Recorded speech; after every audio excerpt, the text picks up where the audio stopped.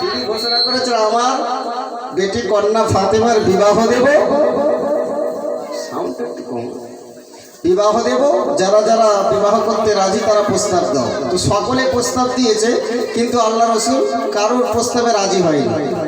প্রস্তাবটা দিয়েছে আল্লাহ রসুল যে তোমরা আমার কাছে প্রস্তাব দিতে পারো। সবাই প্রস্তাব দিচ্ছে, কিন্তু আল্লাহ রসুল কারোর সঙ্গে বিবাহ দিচ্ছেন না। আর আপনারা ঠেলে উঠলেন সুবহানাল্লাহ বলে। এখন ভালো খবর শুনলে তবে তো প্রস্তাব দিতে হবে, এই তবে তো সুবহানাল্লাহ বলতে হয় নাকি? এখান তো আল্লাহ রসুল কবুল করলেন না কারোর কথা, তো সুবহানাল্লাহ বললেন। এই ওয়াজ বুঝতে হবে, ভালো করে বোঝে। আমি বলতে বলেছি তাই আপনারা বলেছেন, তাই না? তাই তো নাকি?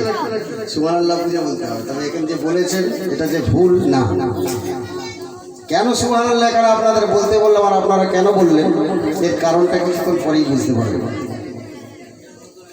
তো আল্লাহ রাসূল সাল্লাল্লাহু আলাইহি ওয়াসাল্লাম 5 মাস 6 মাস পার হয়ে যাচ্ছে, যত দেশের রাজা বাদশাহ তাদের ছেলেরা, রাজা বাদশারা দেশ বিদেশের, দেশের বাইরের, সৌদির বাইরে থেকেও, ইরান, ইরাক, সিরিয়া, আপনার আফগানিস্তান, পাকিস্তান সব থেকে প্রস্তাব যাচ্ছে যে আল্লাহ রসুলের মেয়েকে বিবাহ করবে, যে বিবাহ করতে পারবে তার তো ভাগ্য বড় হয়ে যাবে নাকি? তাই তো নাকি? আল্লাহ রসুলের মেয়েকে বিবাহ করা ছেলে খেলা ব্যাপার? সকলেই তো চাইবে যে আমি বিবাহ করবো নাকি? সকলেই চাইবে না? এখন যখন বড় বড় ধন দৌলত টাকা পয়সার মালিক তারা যখন প্রস্তাব দিচ্ছে, আচ্ছা বলেন তো গরিবরা কি সেখানে আর ভয়েতে প্রস্তাব দিতে পারবে? পারবে নাকি? পারবে না। কারণ সে প্রস্তাব দিতে গেলে চিন্তা করবে যে আমার ঘরেতে আমার একটা ঘর আর তার 10টা বিল্ডিং, তার হবে না আমার হবে, তো আমার যাওয়াটাই লোকসান হবে, অতএব আমি যাবো না, তাই না? তো আল্লাহ রাসূল সাল্লাল্লাহু আলাইহি ওয়াসাল্লাম যখন 5 মাস পার হয়ে গেল, কোনো রাজা বাদশার ছেলেদের সঙ্গে বিবাহ দিতে রাজি হলেন না। অবশেষে কিছু কিছু সাহাবারা প্রস্তাব দিতে আরম্ভ করলেন যে দেখি বড় লোকদের যখন বিয়ে দিচ্ছে না বড় লোকদের ঘরে, আমাদের ঘরে আল্লাহ রসুল দেয় কি দেখি। বুঝতে পারছেন? সকল সাহাবারাও প্রস্তাব দিচ্ছে, একজন একজন করে প্রস্তাব দিচ্ছে, কিন্তু রাজি হলেন না। ভাইরা আমার, বাবাজিরা আমার, শুনে রেখে দেন, জেনে রেখে দেন, হযরতে আবু বকর রাদিয়াল্লাহু তাআলা আনহু, হযরতে উমর রাদিয়াল্লাহু তাআলা আনহু, হযরতে উসমান গনি রাদিয়াল্লাহু তাআলা আনহু 3 বন্ধু মিলে যুক্তি করলেন, আরে আল্লাহ রাসূল সাল্লাল্লাহু আলাইহি ওয়াসাল্লাম আজ থেকে 6 মাস পূর্বে মদিনার মসজিদে নববী শরীফে দাঁড়িয়ে দাঁড়িয়ে দাঁড়িয়ে দাঁড়িয়ে ওনার মেয়ের বিবাহর প্রস্তাব দিয়েছে। আর একের পর এক পাত্রর খবর আসছে, একের পর এক পাত্র খবর পাঠাচ্ছে, ইয়া রাসূলুল্লাহ, ইয়া হাবিবাল্লাহ, হুজুর আপনার মেয়েকে আমি বিবাহ করতে চাই। ইয়া রাসূলুল্লাহ, ইয়া হাবিবাল্লাহ, হুজুর আপনার মেয়েকে আমি বিবাহ করতে চাই। একের পর এক প্রস্তাব আসছে, কিন্তু আল্লাহ রাসূল সাল্লাল্লাহু আলাইহি ওয়াসাল্লাম রাজি হচ্ছেন না। কারণটা কি? হযরত আবু বকর বললেন, ও ওমর, আমার মনে হয় সকল সাহাবা তো প্রস্তাব দিয়েছেন, কারণ প্রস্তাবে আল্লাহ রাসূল রাজি হচ্ছে না।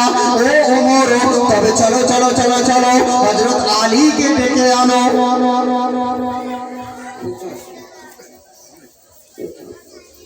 বলছেন হযরত আলীকে ডেকে আনো।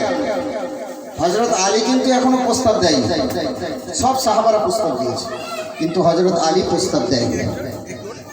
অতএব হযরত আলীকে ডাকো। এইবার হযরত আলী কারামুল্লাহ ওয়াজহুকে ডাকা হলো। ডেকে 3 বন্ধু বলছে, ভালো করে শুনেন, 3 বন্ধু বলছে, ও আলী, তুমি তো এখনো আল্লাহ রসুলের কন্যাকে বিবাহ করার জন্য প্রস্তাব দিলে না, সবাই তো প্রস্তাব দিয়েছে। তো হযরত আলী বলছে, তোমাদের মাথা খারাপ হয়ে গেল না? আমি আলী রসুলের ঘরে খাই, রসুলের ঘরে থাকি, মক্কা ছেড়ে চলে এসেছি, আমার বাসস্থান ছেড়ে রসুলের সঙ্গে হিজরত করে মদিনায় চলে এসেছি। রসুল খাওয়ালে তবে আমি খাই, আর রসুল থাকতে দিলে তবে আমি থাকি, আর সেই রসুলের কন্যাকে আমি বিবাহ করার প্রস্তাব দেবো কোন মুখে?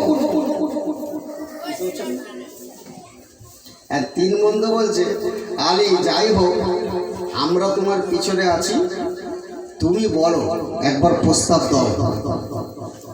আলী বলছে, তোমরা আমাকে মেরে ফেলে তবে শুনবে, আমি আলী রসুলের সামনে দাঁড়িয়ে বলবো কি করে যে আপনার মেয়েকে আমি বিবাহ করব? আমি তো বলতে পারবো না, আমার তো ভয় লাগছে, আমার তো পাতের মাথা পর্যন্ত কাঁপবে এই কথা বলতে গেলে, আমি বলবো কিভাবে? তার ওই তিনজন বন্ধু বলছে, চলো তোমার সঙ্গে আমরা তিনজন যাব, তুমি দাঁড়িয়ে বলবে, তোমার পিছনে আমরা থাকবো, কোনো ভয় নেই। আল্লাহ রসুল যদি তোমাকে মারতে আসে, হ্যাঁ, তখন আমরা তিনজন সামলাবো, বলবো ইয়া রাসূলুল্লাহকে ছেড়ে দাও, ওকে মাফ করে দাও, অসুবিধা নেই, তুমি বলবে, তোমার পিছনে আমরা আছি। বুঝেছেন?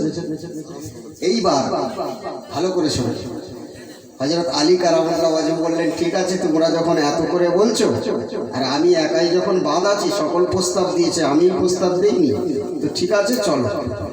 এইবার